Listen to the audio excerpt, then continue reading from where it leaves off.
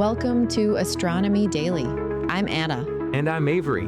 It's Friday, January 23rd, and we've got an amazing lineup of space stories to close out your week. We certainly do. Today, we're exploring NASA's plans to send some very special keepsakes around the moon on Artemis II, Blue Origin's latest New Glenn launch plans, and some fascinating new research about where Earth's water really came from. Plus, we'll dive into a rather urgent warning about the increasing dangers of space debris, uncover new insights about how supermassive black holes grew so quickly, and learn how AI is helping scientists discover thousands of new exoplanets. Let's get started.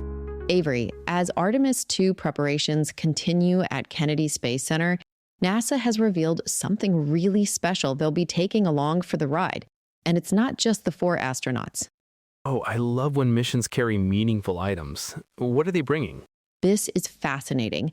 The official flight kit includes a piece of fabric from the original 1903 Wright flyer. It's a tiny swatch, just 1 inch square, from the very first aircraft that made the powered flight at Kitty Hawk. What's even cooler is that this same piece already flew on the Space Shuttle Discovery back in 1985. So it's making its second journey to space. That's a beautiful connection between the beginning of powered flight and humanity's return to the moon. What else is in the flight kit? There's an American flag with an incredible history. It flew on the very first shuttle mission, STS-1, and the final shuttle mission, STS-135. It also went up on SpaceX's first crewed Dragon flight. Talk about bookending an era of spaceflight. That flag has seen some serious history. Is there anything connecting Artemis back to the Apollo program? Absolutely. They're flying a flag that was originally meant for Apollo 18, a mission that never happened. This will be its very first spaceflight, finally fulfilling its original destiny after all these years. There's also a photo negative from the Ranger 7 mission, which was the U.S. first spacecraft to successfully reach the lunar surface back in the 1960s. It's like they're weaving together the entire story of American exploration.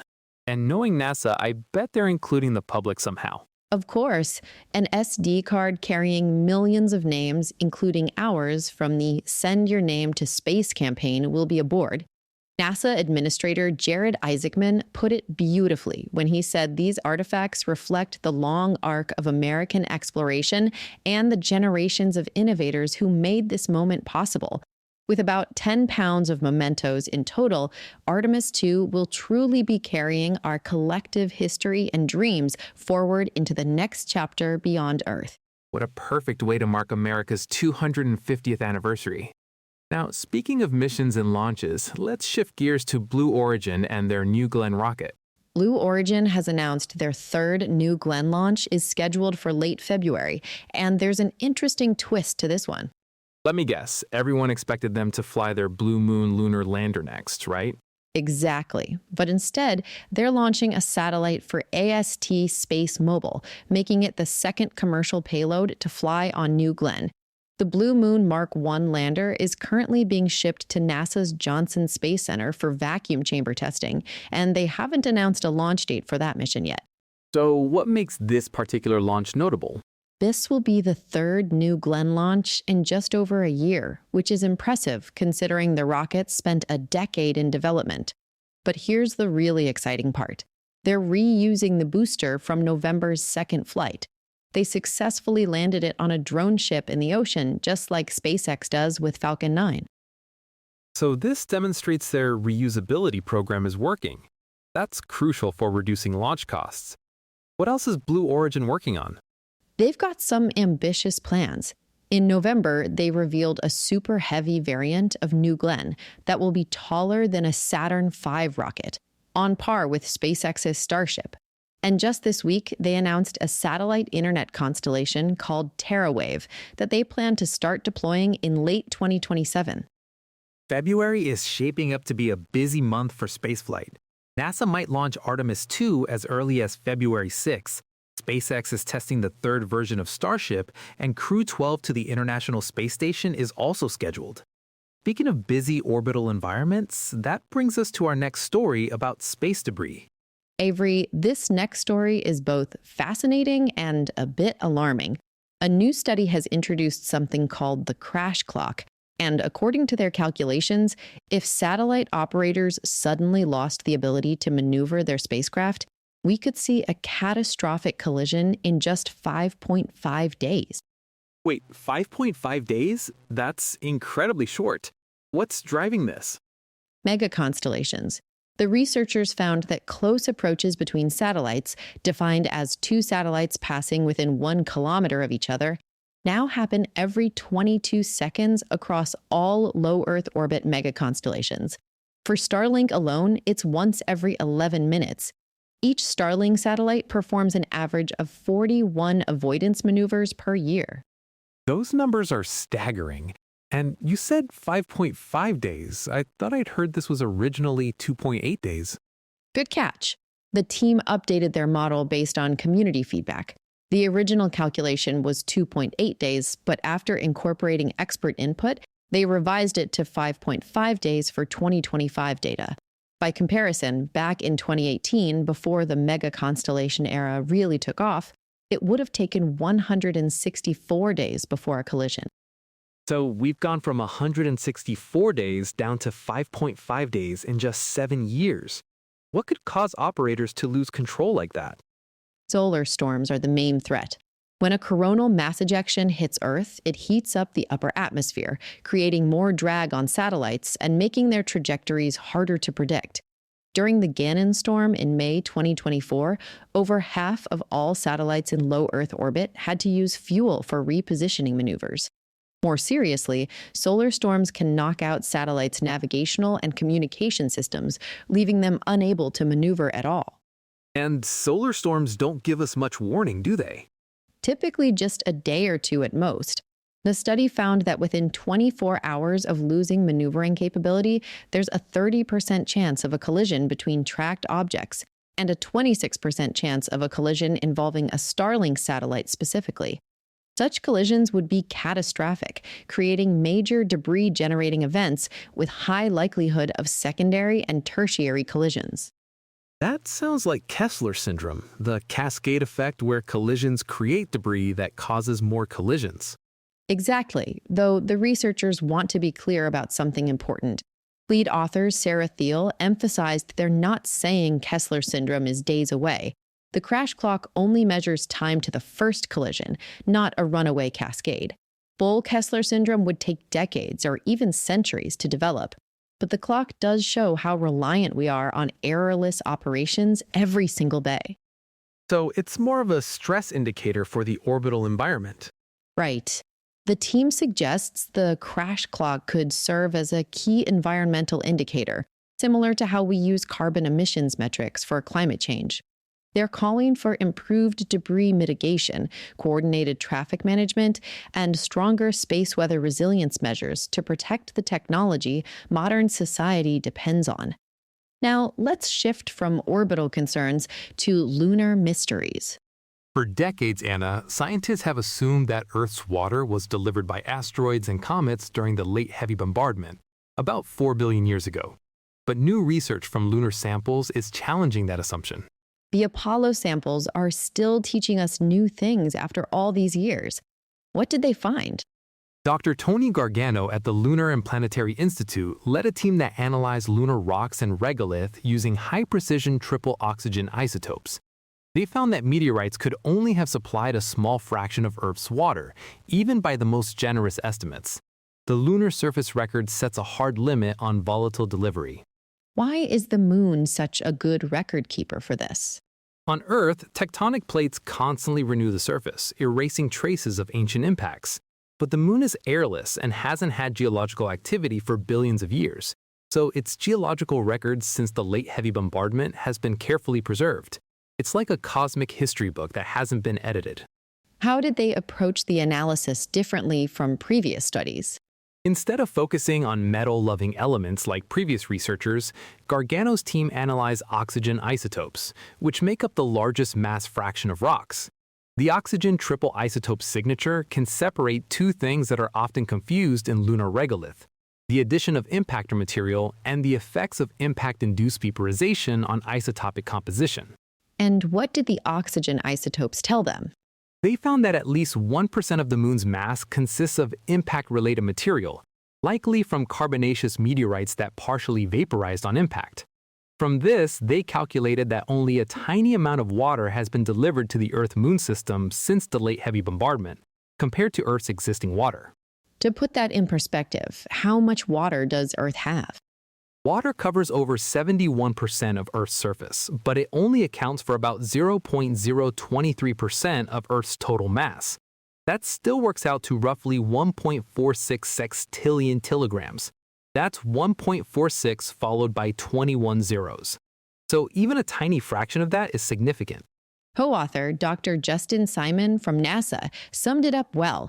The results don't say meteorites delivered no water, but they do make it very hard for late meteorite delivery to be the dominant source of Earth's oceans. This has interesting implications for lunar exploration, doesn't it? Absolutely. While meteorites may have delivered only a tiny fraction of Earth's water, their contribution could be crucial for the moon. Water ice in permanently shadowed regions is essential for establishing a sustained human presence, providing drinking water, irrigation, radiation shielding, and the means to make rocket propellant. As the researchers noted, that small amount of water delivered by impacts could be the single most important factor enabling humanity's expansion into space. From water on the moon to mysteries in the early universe, let's talk about supermassive black holes. How did black holes get so big so fast? That's been one of astronomy's great mysteries, Avery, and researchers at Ireland's Maynooth University have found an answer. The James Webb Space Telescope has been finding these massive black holes in the early universe that shouldn't exist according to our previous models, right? Exactly. These supermassive black holes existed just a few 100 million years after the Big Bang, and conventional theories said there wasn't enough time for them to grow so large. The Maynooth team, led by PhD candidate Daxel Mehta, used state-of-the-art computer simulations to reveal what happened. And what did they discover? The chaotic conditions in the early universe triggered these smaller black holes to undergo what they call a feeding frenzy, devouring material all around them. The dense, gas-rich environments in early galaxies enabled something called super-Eddington accretion.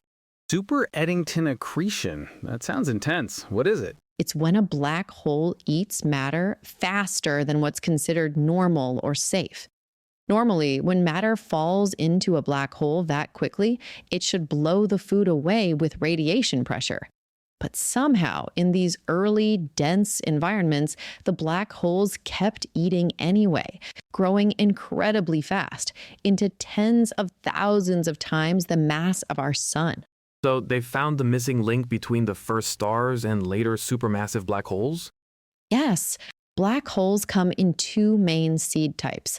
Light seeds, which start at only about 10 to a few hundred times the mass of our sun, and heavy seeds, which can start at up to 100,000 solar masses. Previously, astronomers thought you needed those rare, heavy seeds to explain supermassive black holes. But this research shows that common light seed black holes can grow at extreme rates under the right conditions. Dr. John Regan from the team put it perfectly when he said heavy seeds are somewhat exotic and may need rare conditions to form, but their simulations show that garden-variety stellar mass black holes can grow at extreme rates in the early universe. This has implications beyond just understanding the past. The research team noted that future gravitational wave observations from the LISA mission, scheduled to launch in 2035, may be able to detect the mergers of these tiny, early, rapidly growing baby black holes. It's exciting to think we might actually observe these processes directly. From black holes to exoplanets, let's close with our final story about AI hunting for new worlds. Anna, we've found over 6,000 exoplanets so far, with more than half discovered using data from NASA's Kepler and TESS missions. But there's still a treasure trove of data waiting to be analyzed, and that's where artificial intelligence comes in. I remember hearing about ExoMiner back in 2021. Is that what this is about? Exactly. The team at NASA's Ames Research Center created ExoMiner, which used AI to validate 370 new exoplanets from Kepler data. Now they've released ExoMiner++, trained on both Kepler and TESS data, and the results are impressive. What can the new version do?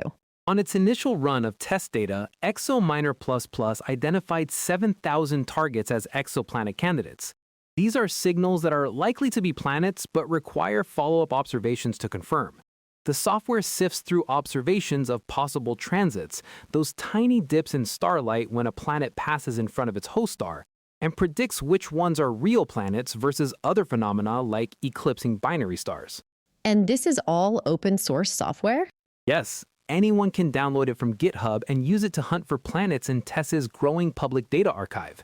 Kevin Murphy, NASA's chief science data officer, emphasized that open source software like ExoMiner accelerates scientific discovery. When researchers freely share their tools, it lets others replicate results and dig deeper into the data. What makes ExoMiner++ particularly effective? Miguel Martino, the co-investigator, explains that when you have hundreds of thousands of signals like this, it's the ideal place to deploy deep learning technologies. Despite Kepler and TESS operating differently, TESS surveys nearly the whole sky looking for planets around nearby stars, while Kepler looked at a small patch of sky more deeply. The two missions produce compatible datasets. This allows ExoMiner++ to train on both and deliver strong results. Project lead Hamed Valizid again said it perfectly. With not many resources, they can make a lot of returns. What's next for the program? The team is working on giving the model the ability to identify transit signals themselves from raw data, rather than just evaluating pre-identified candidates. And looking ahead, NASA's Nancy Grace Roman Space Telescope will capture tens of thousands of exoplanet transits starting in a few years, and all that data will be freely available too.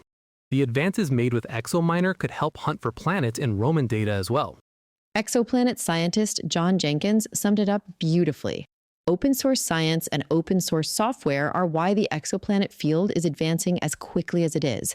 It's a great reminder of how collaboration and shared resources drive discovery. And that's all we have time for today. What a day of space news, Anna. From legacy keepsakes heading to the moon, to urgent warnings about orbital debris, to AI discovering thousands of new worlds. And everything in between. New insights about Earth's water, the rapid growth of supermassive black holes, and Blue Origin's expanding launch manifest.